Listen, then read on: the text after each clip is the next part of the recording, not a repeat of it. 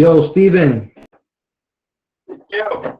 Okay, so let me check right now. Okay, my app is recording. So that's a positive.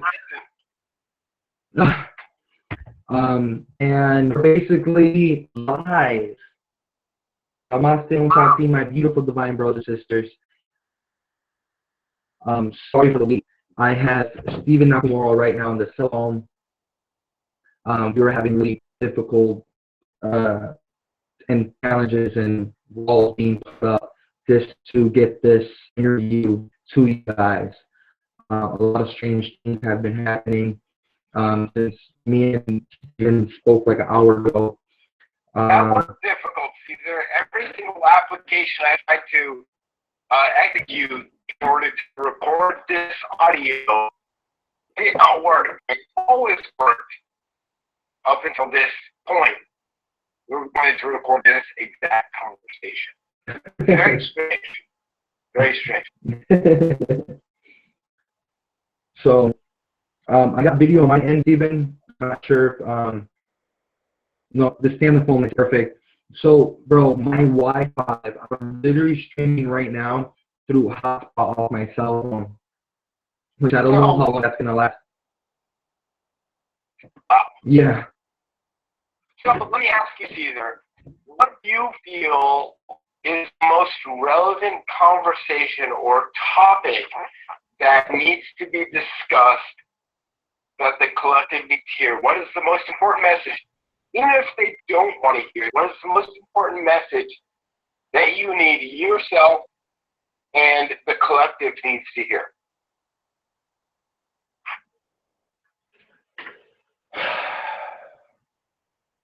Big sigh. Yeah, that's, and you know what I have to first say is following your heart, following your true heart's desire. And when I speak from the heart, I'm speaking from your heart chakra, from that center of your being, not speaking from the mind. You know, through the mind, through duality, we are manipulated in so many ways. We're manipulated within the illusion we coexist and create in. You know, so this being in tune with your heart chakra, with your heart center, you are in the center of creation. You're tapping into that zero point within you, you know. And I feel like when we tune into that, man, it's like we blossom like a lotus flower, and then absolutely right. Absolutely, because we love ourselves, we love each other. You know, it really is all about love. And love is a very controversial subject. Just as much as that, just as much as anything else that is controversial. Love is a difficult subject because people have a lot of pain and resistance. And, you know, they just feel unaccepted about the way that they love, because love is a feeling that when you're feeling it, people notice it. You know what I'm saying?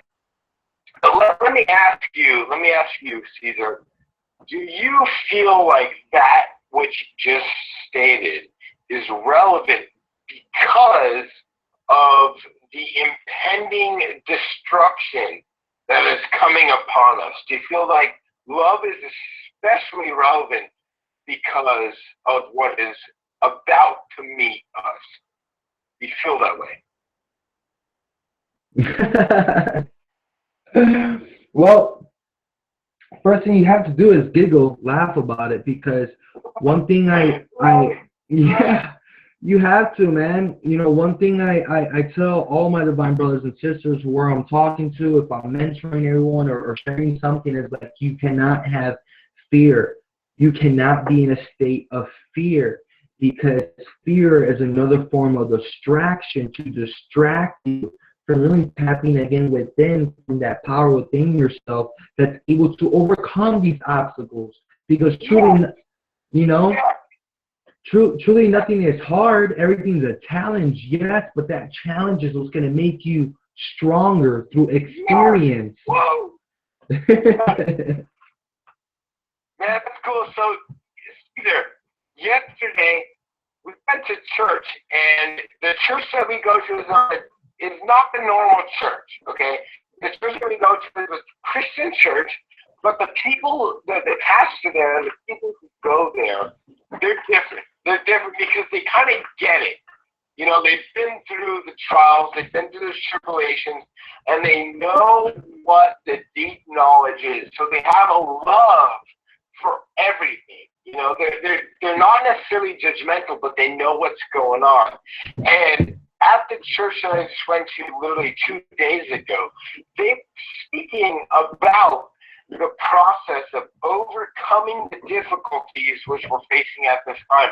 And right now is all about overcoming the world and overcoming ourselves so we can be strong in the face of adversity.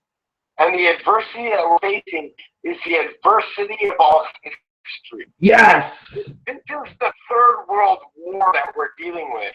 And what we're dealing with is the most detrimental, the most tormenting, the most terrorizing, tormenting situation that anyone could deal with. Because even so that us who are in the USA are facing an innocent, sort of protected, comfortable situation, every single person on the eastern side of the hemisphere is facing absolute destruction. They have the apocalypse. They have World War III facing them before we do. And we are about to face that same kind of torment and catastrophe that they are already experiencing. The people who are creating this war, that are trying to overcome even before we've seen it happening, we are already being tormented by the detriments of this, situation. You know what I'm saying? Yeah. Like you're going through. I bet you anything that you who are listening to this and you, Caesar, who I'm talking to, are feeling a lot of emotions because of the expectation and anticipation of such a catastrophic event. Am I right? Yep. Absolutely. So, what do you think about that, Caesar? What do you feel? Do you have anything to say in regards to that kind of stress that we're dealing with? Yeah. Oh, what I want to say is that get excited. I mean, we're already coming to the end towards the movie. Yep. And every movie, you're going to have a really good ending scene. So, but at every ending, and in every movie that has your typical villain, and your good people, your heroes, your villains, there's always a great outcome. And without sacrifice, without love, fighting to the end for what's right, and for the for the collective.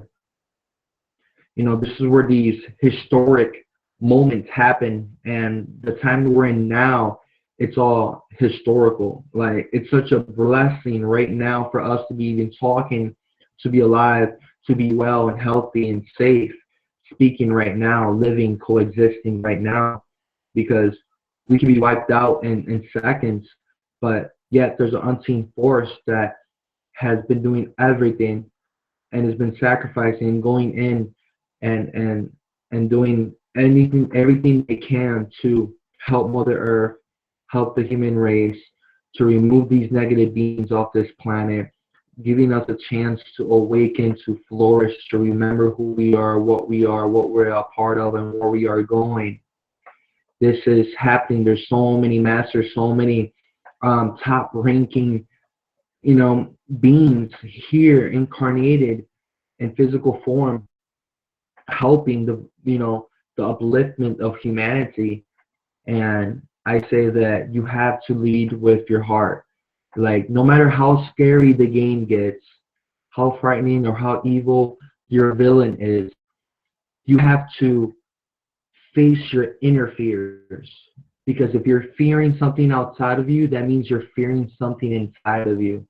And until you face your inner fears, overcome them, and empower yourself and strengthen yourself, the fears outside of you are not going to affect you. You get rid of your fears. You get rid of your fears in the inside, and fears outside, you have none. Fearless. Oh, absolutely, man. Absolutely. You're so right. How relevant is what you just said? Caesar, let me ask you real quick. Yeah. What do you feel about demons? Well, number one, they are 100% our divine brothers and sisters as well. Oh, amen. Amen. Right? I love you. Yeah. You have spoken the truth. Yes. You have spoken in the most secretive truth. Yes, the most secret and highest of truth. They're our brothers and sisters. Like, they're us in other parallel universes that we're playing the demons. Wow. You're right. We no need to take no red pill or blue pill. But like, yes, bro. Like, come on, man. I've been going through a lot of reawakening.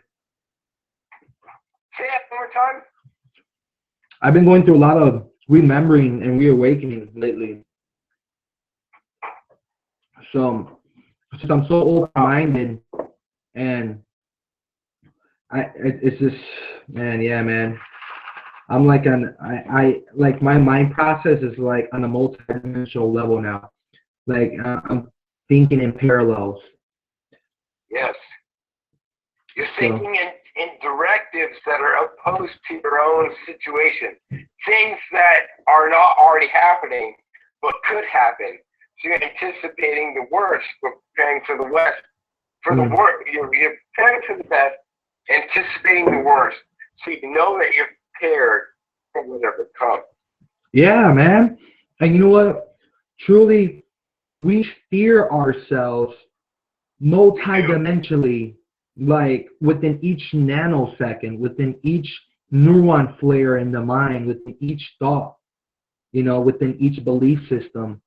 Like I realized when I seen this in a vision and was experiencing this a couple of months ago, oh man, it's slipping my mind right now. Okay, maybe I'm not supposed to talk about that. Like my mind went straight like white.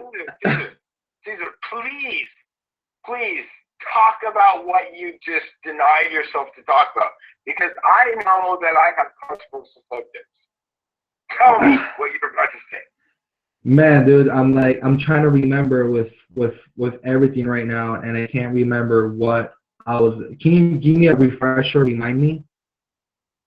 You are truly what you believe you could be. What you believe you are.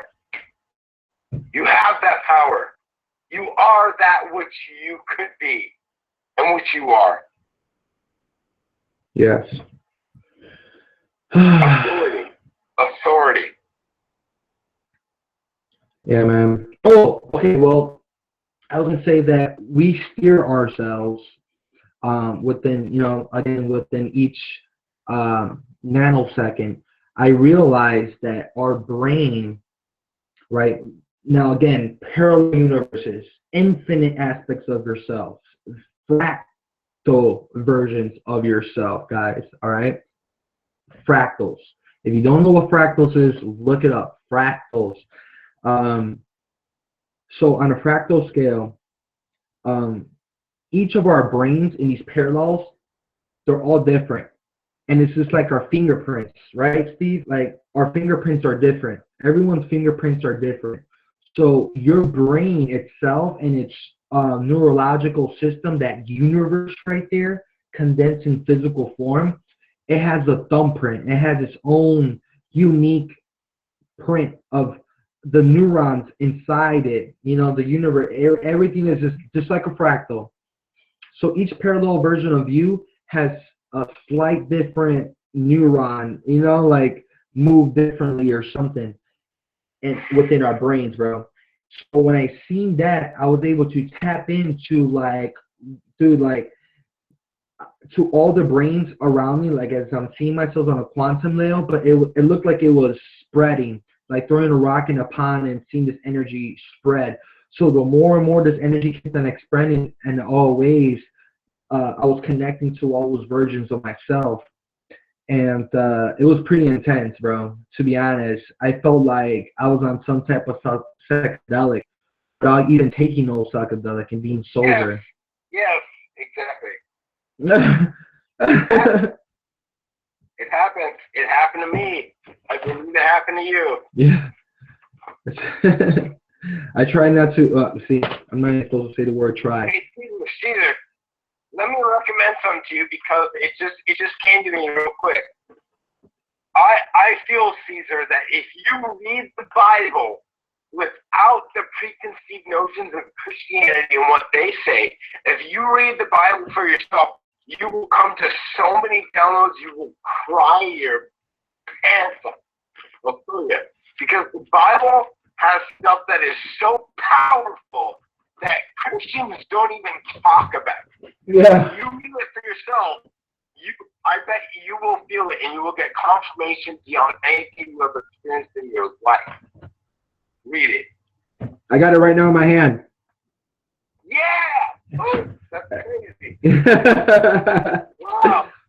Yeah, I have it right here, and then I got the Holy Bible, I got the Bhagavad Gita, I got Divine Transformation. I got a couple of books. I got Conversations with God, The Mentalist. Got a couple of books. You still there, Stephen? Oh yeah. Okay. So okay, Stephen. All bullshit to the side now. Now we gotta get heavy. Yeah, we do. You gotta go in heavy now. Yeah, we do.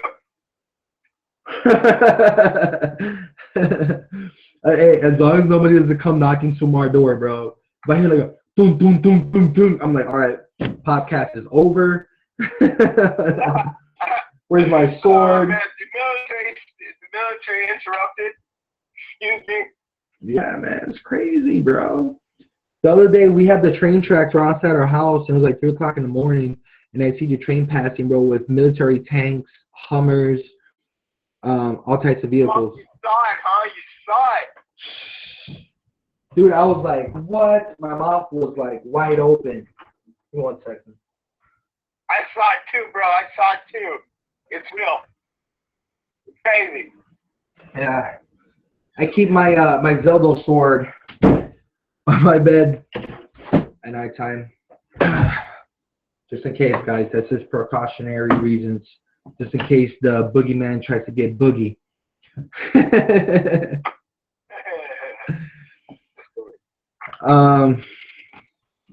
But you know what, man? For real, I want to go to Mount Shasta this at some point. It's already it's thrown out there, so definitely. I want to go to Sedona really, really bad, bro. It's one of my goals. It's been one of my spiritual goals since my awakening. And I was living in Phoenix and Tempe, and I was so close than I ever been in my life. I wasn't able to go. Been to Sedona? Bro, no. What? Yeah, man. It's sad. Oh, you don't even know what's up, bro. You haven't been to Sedona. Sedona is Jerusalem. Sedona is in the Bible. Sedona is the southern Jerusalem, and Israel is the new city. The New Jerusalem is the new city, which is based over the Grand Canyon. Sedona is the main city where all the people who are destined, the tribe of Judah who is condemned and persecuted, but redeemed and made real and made pure to be in the city of the new millennium. They are in Sedona, and the New Jerusalem is centered over the Grand Canyon. You need to go there. You need to go there, Caesar. And I want to see you there. I want to see you there. No matter what it takes, drop everything. When it is time, when I say go, you drop everything. Because honestly, Caesar, it is already time to go. It is already time to get there. Has nothing You are homeless. You have no money. You followed the word of God. You followed the message of God, and you got to the New Jerusalem. You will be there amongst the counted. You will be in the book of life. You will be the righteous. You will be one of the chosen, called disciples. Okay? It is your time. It is your moment to be in the glory of God, because you will overcome the world. It is now. It is now, Caesar. I say go. I say go as soon as you can. No delay. Later, you know what? That's fine, but no delay. Okay, get there now, because I will be there. I will be there, and I will be there to greet you all. This is the moment. This is the thing that we all waited for. Yeah. You know that. You know that, man. You had the visions, Caesar, about the meeting that we had in the DP with the Native Americans, and there was a person who was a deceiver. Yeah. Caesar. Yeah. That is gold. That is absolute gold. Because I had that same vision, and 10 other people at least had the same vision told to them. And you were the first one to tell me that. Are you serious? Bro. I remember telling you too. Yep, bro. You are one of the chosen ones of Jesus Christ. Jesus Christ is always the King, and God is always the Father. And we are always the brothers and sisters of that dominion. Yes, and brothers and sisters. We co-rule. We are co-inheritors of that throne. So we can go out and preach the kingdom unto the rest of the world. Yay. Because it is a kingdom. Yes, it is. Yes, it's beautiful. It's like everyone has the kingdom of heaven within, and when we're all connected together within love and unity, it's like we create one huge, vast kingdom, again, of God, of source, of creation. I love it. I love you, Stephen. I love you, Caesar. Dude, you're so right, man. I miss you so much. Like, dude, I can't wait to see you, man. Like, I thank God. I thank God, you know, that I know you, because it's amazing. It's amazing, and it's a miracle. Wow, thank you. Likewise, bro. You know, I believe that things happen for a divine reason, a divine purpose. Just like our divine sister that is our only viewer right now here on YouTube. Namaste Shanti, my divine sister, and thank you for being here. You know, everything happens in the right time, the right moment. You meet the right people meet, you know what I'm saying? Like, it's going to happen, Stephen. It's going to happen really, really soon. And, you know, if I go, I know I'm not coming alone. And, you know, it's going to be amazing. It's going to be an amazing part of our life that years before we already foreseen what was happening. So, yeah, my key is what my angels tell me all the time: be patient, patience, patient, be patient. So I'm like, okay, like we are already on our path. Like, you being where you're at right now in California, it was already written in your story for you to be there right now in this moment. It's true. You know? So trust me, it's us being there, Sedona, going to that tiki, bro, whatever day that is, we don't know what day that is, but the day that things fall into alignment and we are all led there, bro, it's going to be so deja vu, bro. Straight deja vu. You know it. Caesar, just for some sort of confirmation, because my mom's in the room, I would like you to confirm your story without having seen. Okay, I'm sorry.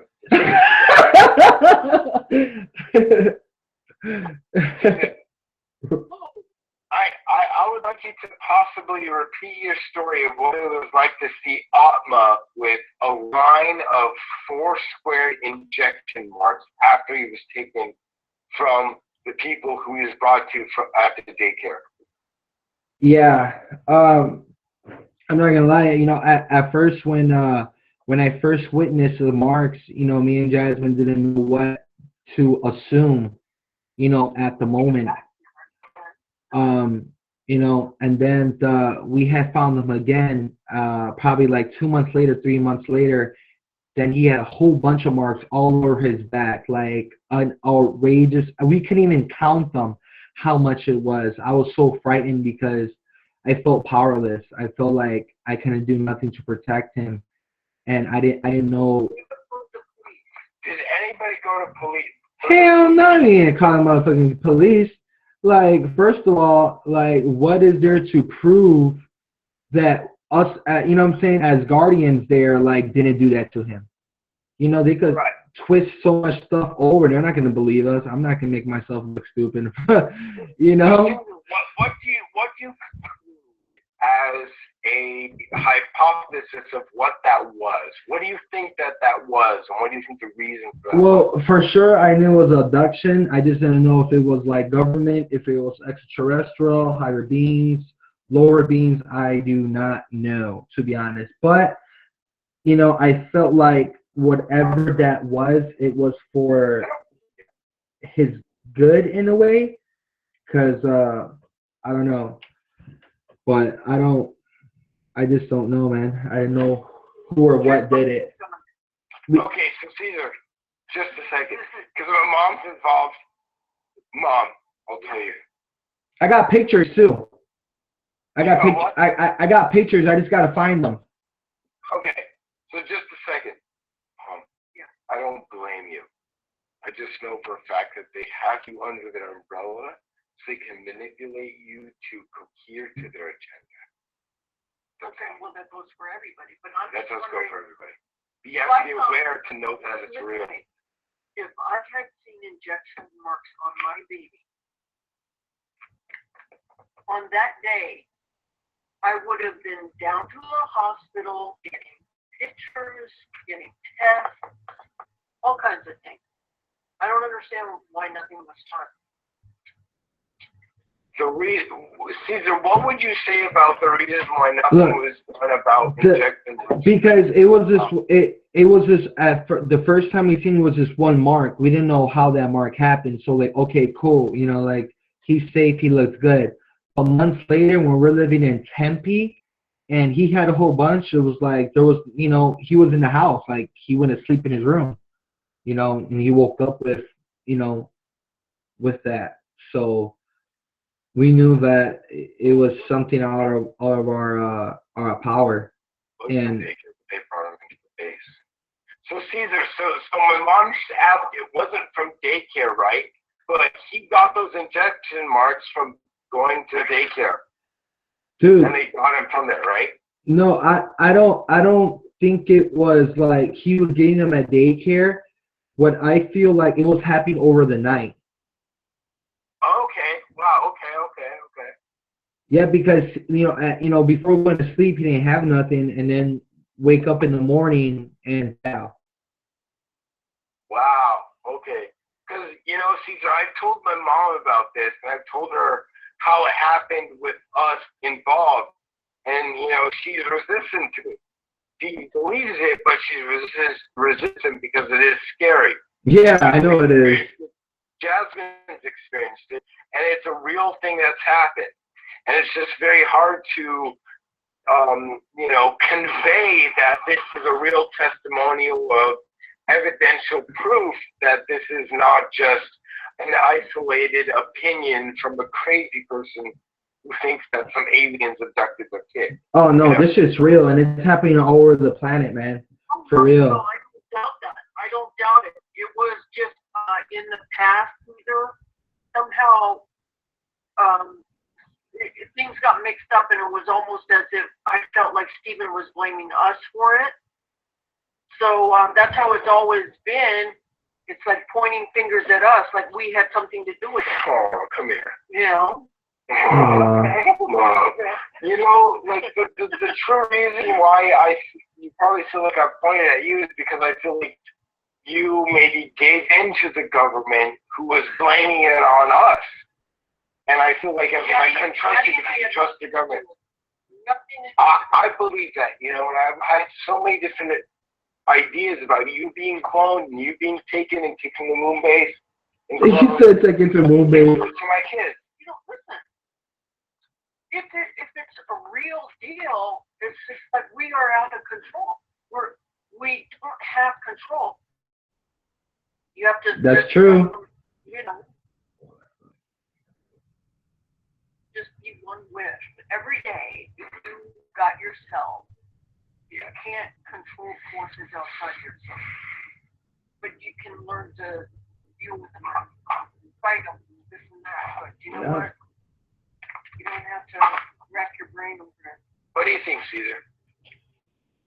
This is one heck of a movie. That's what I think. For real. This is one of those movies that become a true story later on. Give it like 5 years. Yeah. Oh, so funny.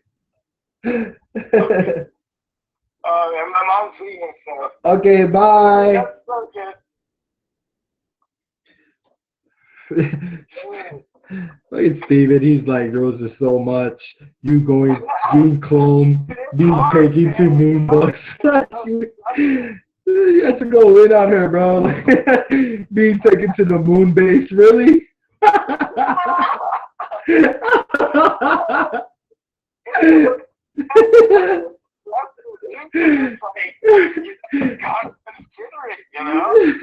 But she's like finally like giving in, like, you know, opening it up to it.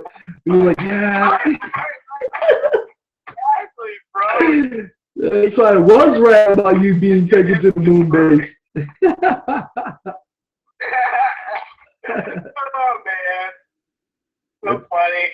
Yeah, it's crazy. But yeah, man, it's like shit. When you see stuff like that, like, how can you just call the cops and be like, yeah, this, like, come on, man. We watch movies. I ain't dumb. Bro, Caesar, I told you what happened when I went to the cops, right? What? They told me that I was God, and then they brought me to the base underneath Los Angeles, underneath the USC hospital, the University of Southern California Hospital. They brought me to the bottom floor, and it was the entrance to the base, and all the police there were so excited to meet me because I was their main asset in their project of cloning. I was their most expensive, inventory. And they're like, whoa, here. And they were so stoked that they called all their friend cops, and they're about to bring me into the underneath of the base, and they explained to me everything. They had nothing to hide. They revealed everything to me. They told the truth. They told me that it was real. I was given the black goo. I was taken to the base. The base is the dead forest. And the reason why it's dead is because there's a winter under there, and they do work with aliens. These are the Montebello police. Bro, this is a story that tops anything because it has proof. You know? Wow. We have to put them up. Yep.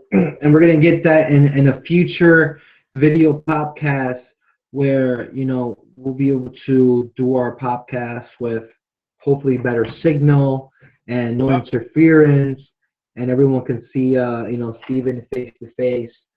I think it'll be amazing. So right now I've been live on YouTube because I had already put the post out. But I think it's been over an hour right now.